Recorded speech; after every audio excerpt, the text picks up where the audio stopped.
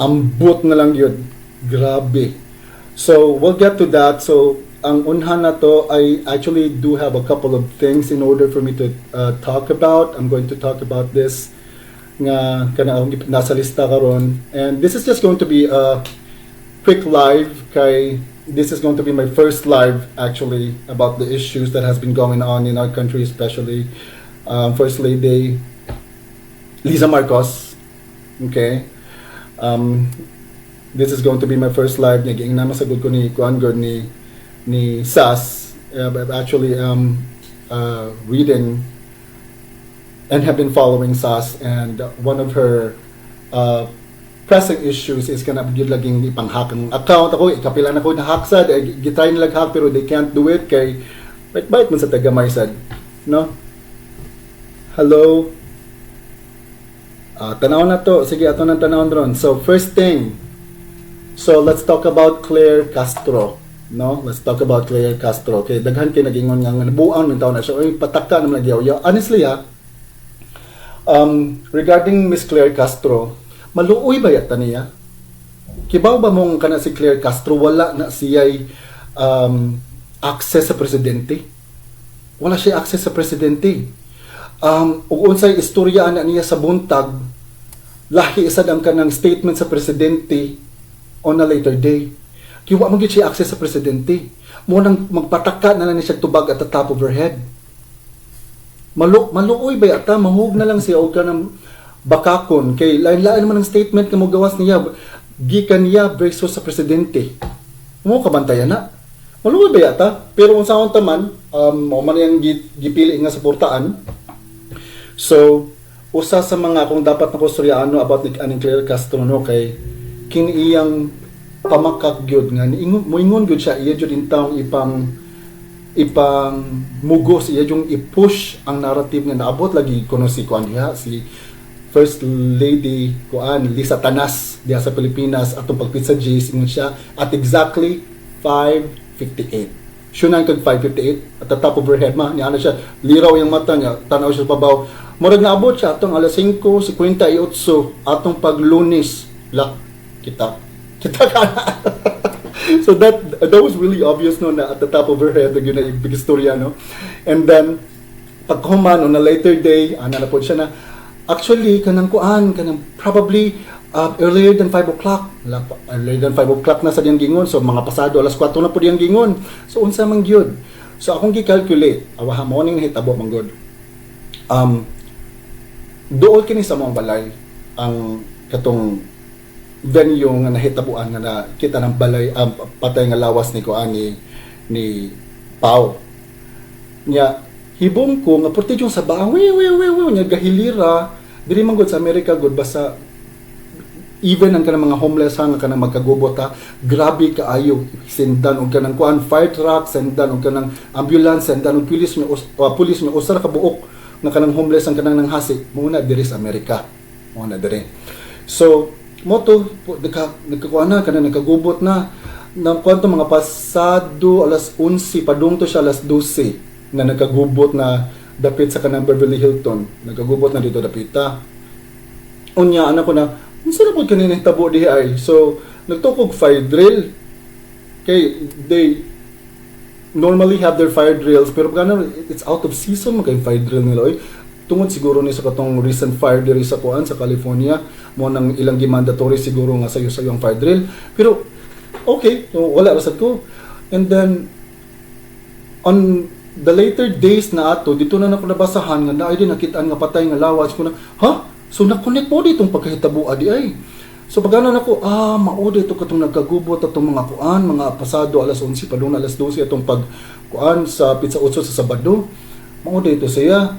So what you don't do man good here in the United States, in all of the states here in America, is that police records or anything nga kanang mga panghitabong that has anything to do with the public safety man good, you will have access to that. It's public records upon request. However, mubayad kag dako-dako sa lagi nga kwarta.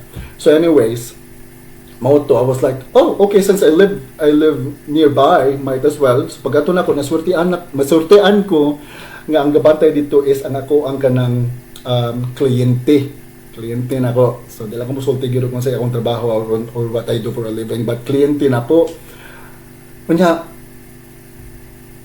mo to kanang makana ko mo to kibaw ka, it's ano siya much better nga kanang ako ana lang i-forward nimo as document. So I gave them my email address.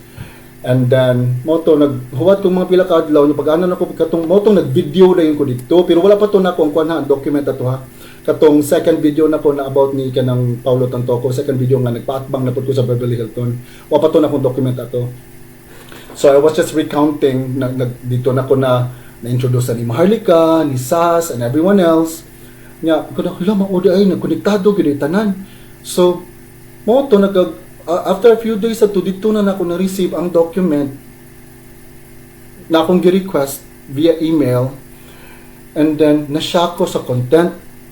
I was totally shocked. What jud ko kibaw sa ano ko. I was reading, but whatever I was reading, my mind could not comprehend. It was an insane amount of information, mind-blowing gid gani kaayo nga wa ko kibaw unsa ako pag-process atong information. So nagpanic ko. I started panicking kinsa man akong kontakon na ni, who should I talk to about this. My safety will be on the line if I'm going to have this information by myself. Of course, prior to that, kibaw mo gud ko na nakapost ako videos about ani mga pagtabo. Pag ana na nako ala kaya ba ani unsa man ako ni ron. So I contacted my closest friends and my family members, and I sent them everything that I got, every information. Guys, I'm really sorry ha, but it's really hard for me to talk in Tagalog. Lain gi paminawon, mura ko saba. It's really hard for me to talk in Tagalog. Tell you what, let me just switch between Bisaya, Tagalog, and English. Inanaon na lang nato, ha? Because I really don't know how to speak Tagalog. Kasi patay kasi nataan nilan. Sige, so balik, going back. So I contacted my family and friends. I talked to my mom, of course, and she was not all for it. She was mad nga nung ako nagibuhat. But everything has been done, already been said and done. So wala ko'y mabuhat. My videos had already been scattered all across the Philippines, and there's no going back na. So, I talked to my husband, and of course, akong sang gihatag nga akong documents and it's, to be honest ha, nagtuo mo ka na, abi kay daghan kay kog views diha, ang daghan kay shares, nagtumog ka nang nagkita ko ani kwarta na ako'y kwarta ani wala. I'm not earning anything. This is just for the pure love of my country and my countrymen. Basically, wa jud ko nakakwarta ani kay nganong ilang mga ipang report usa kong ipang post puros man mga red flag. I am not earning anything. Mao sila. Sorry mga Manileños, but I'm really bad in speaking Tagalog. I'm gonna try my best. So going back, I am not earning anything because all of the posts, every bit of information that I have shared here sa Facebook, ilang gipang report and everything is a red flag, so I'm not literally earning anything. So you can share, you can comment, whatever you want. I'm not earning anything. As much as I want to, but I'm not. Okay, gipang report man, gipang mass report. So mo na. So, ang panghitabo manggudi ani sa sulod sa document, let me, awa funny kini akong kuan, akong desktop. Butan ako sa nangikuan ha, i-close na ko na. Kay mag-open ta later og kanang mga messages sa atong mga kuan diha Kasibuanos. So mo ni na. So na ako'y kuan diri Beverly Hills Files, na ako'y Dumanhog Files. Kay most of the messages that I've been receiving kay mga tao sa Dumanhog, I don't know why. Murag dako akong kanang kuan diha kanang audience siguro diha sa Dumanog, and then naso kay First Lady audios katong na-sense ako ang katong taga Los Angeles sa gyapon, and screenshots of very important conversation So mo nang nadiri, and then things that I want to talk about today. So mo na. So this is just going to be real quick lagi kay pila naman sa akong battery na habilin diri ha. So I only have 30%. So let's make this quick. So ang sulod sa document, I'm going to recount what happened. So I've already done that, and then okay. So muna ni nahitabo. Sa sulod sa document gingon dito nga they were having this dinner at an event, and then nakabutang dito nga sa ilang tapok, sa ilang entourage, nabantayan ko nila nga there was really something wrong with Paulo. He was jittery, kanang di ko na mahimutang, and for some reason, even though that the AC was so high, and that time it was still around winter season, so kanang bugnaw-bugnaw pagit, but he was like sweating profusely kuno dito according to the document. And then moving forward, let's fast forward to around 4 o'clock in the morning on a Saturday. So evening ang katong dinner nila, then party, and then around 4 o'clock, 4:45 to pasado alas 5 sa kadlawon sa Sabado, dito na nila nagkagubot na nagkurug-kurug ko no, and then nag-foaming na ko ng mouth sa kilid. And then usa sa membro nila, guys, there's so many names in the document, and I'm 100% sure that these people that are involved in the document are murag na dangit na lang siguro kay part mong sila sa entourage ni First Lady Manggod ni Liza Tanas. Kanang adik ni nga First Lady din nga pisti ng dako, butod lang tiyan dako ng matas hinampak pag maglag ako ba makaunon na gali ko sa naong ni no siya pagkabakakon ganini sa atong paggibuang natin nila diha gani sa Pilipinas, magunahon na gani ko sa puton ko murag nindot kay tamparoson og ka 20 ang naong ni Liza Tanas sa puton gyud kay ko kamayong anaon ba kanang kanilang gani nimong mayong sumpaon ni kay ko ba yung ban nga bangag pisti ng mga adik-adik sa mga yawa sa dagko mga animal. Anyway, sa puton gid ko basta mag-recount ko ani kanang nabasa na ko sa dokumento, medyo kay anong mata ba uta ka buisit kang lisahan Liza Tanas kang dako buisit. So anyway, gisapot na sa dinoon ko, aligi ko niyo pa sa puta. So dito na mga pasado alas 5 dito na nag-foam nag-mount niya. Usa sa kanang kuan part silang entourage ganahan gyud kaayo mo tawag og 911 curse buhi pa man nagkuan pa ba kanang nag-seizure ba mo nagkurug-kurug ba, and then namonday dito na nag-udi na ditong pero ilang gi pugngan wala gyud nag sugot og kanang mo tawag 911 or report it, ilara gyud intawng magunhon na ilara jung gipasagdaan intawng nga mamatay ang tao. So they literally have almost more than 7 hours to report what was happening on a Saturday. They literally had the time to save the person, but they chose not to. Muna nakabutang dito sa document.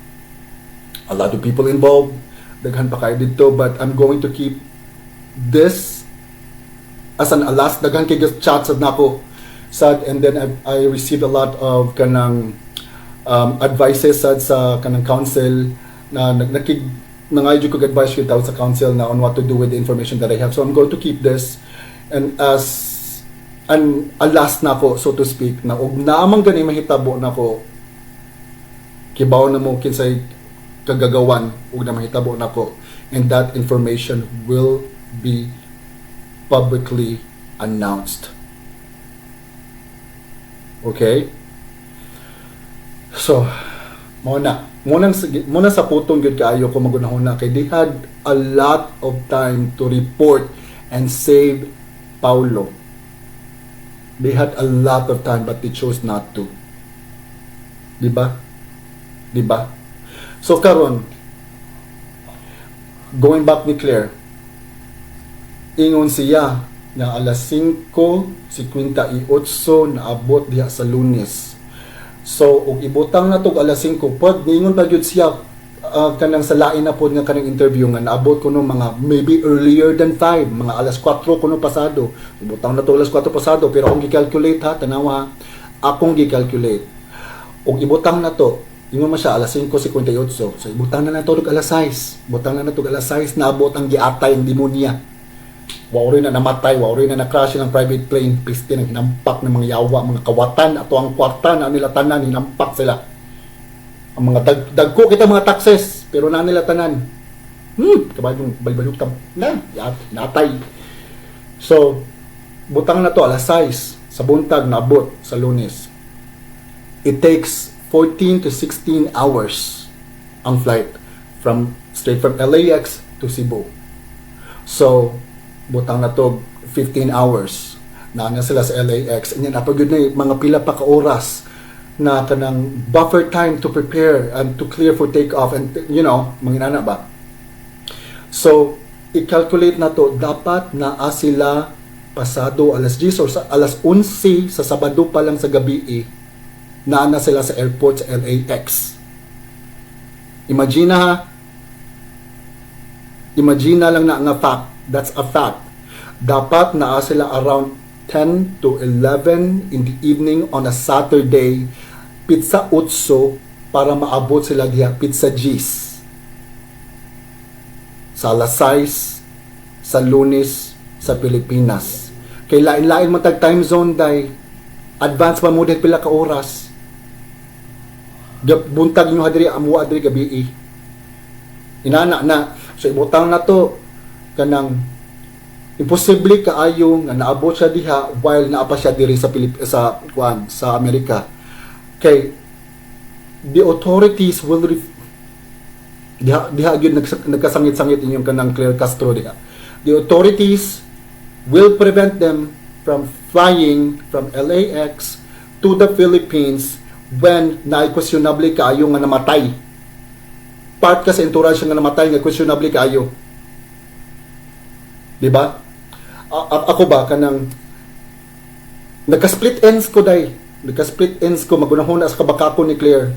Nga maluoy na lang sa town ta kay wala siguro na nakikonvene sa Office of the President and the Office of the First Lady siguro wala na nakikonvene. O sa may istorya na nako uyon sa man. Wa pa man naabot niya upang mutanon ko na unsa naman ay may namatay. So muingon na lang ko alas 5:58 sa Lunes. Bayot. Alas 5:58 sa Lunes dapat ug mula maabot sila diha dapat na sila diri. Sabado pa lang sa alas 8 alas 11 na sila sa airport to prepare to fly. Di ba? Common sense, Claire. Common sense. Common sense ba, ha? Bugo ng hinataya ko yung sa ka. Unsa na sa kanang drogaha sa namang gikuan ha, gisimhot. Kini guys, dini siya droga ha, kuan siya. Pohoping. So, nata sa Amerika pero adik yung kung gikuan ni pohoping. Kaya maglabad akong umo, yun akong kanang pangkuan sa akong labad sa akong umo. So muna, sa kabakako ni Claire Castro, no?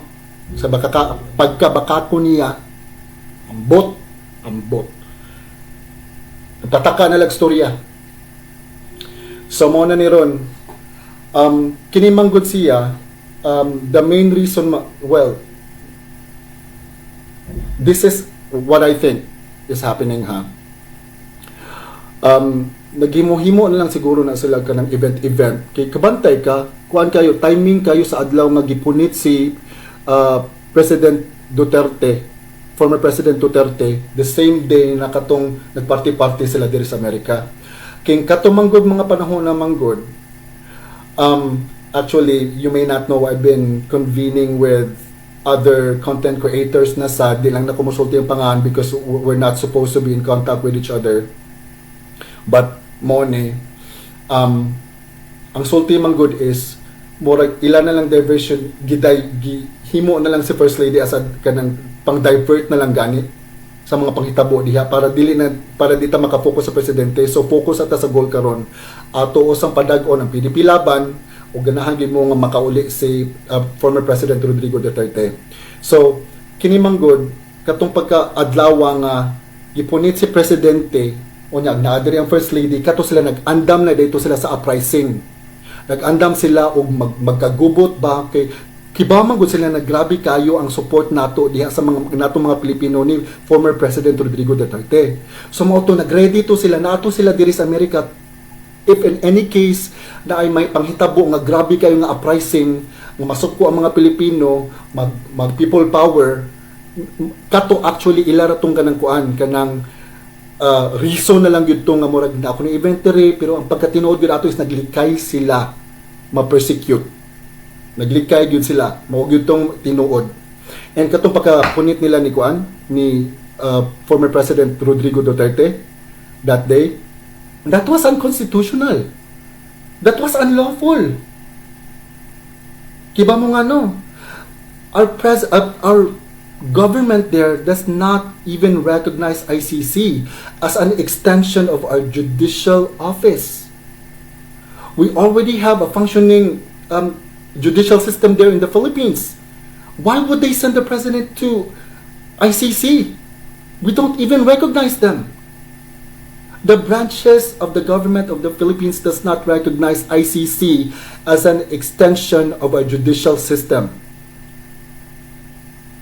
And that goes for the executive office, that's the president's office, the legislative, and the judicial. All three branches of our government there does not recognize ICC as an extension of the judicial system because we already have a functioning judicial system in the Philippines. Mo na hunahunaan ninyo.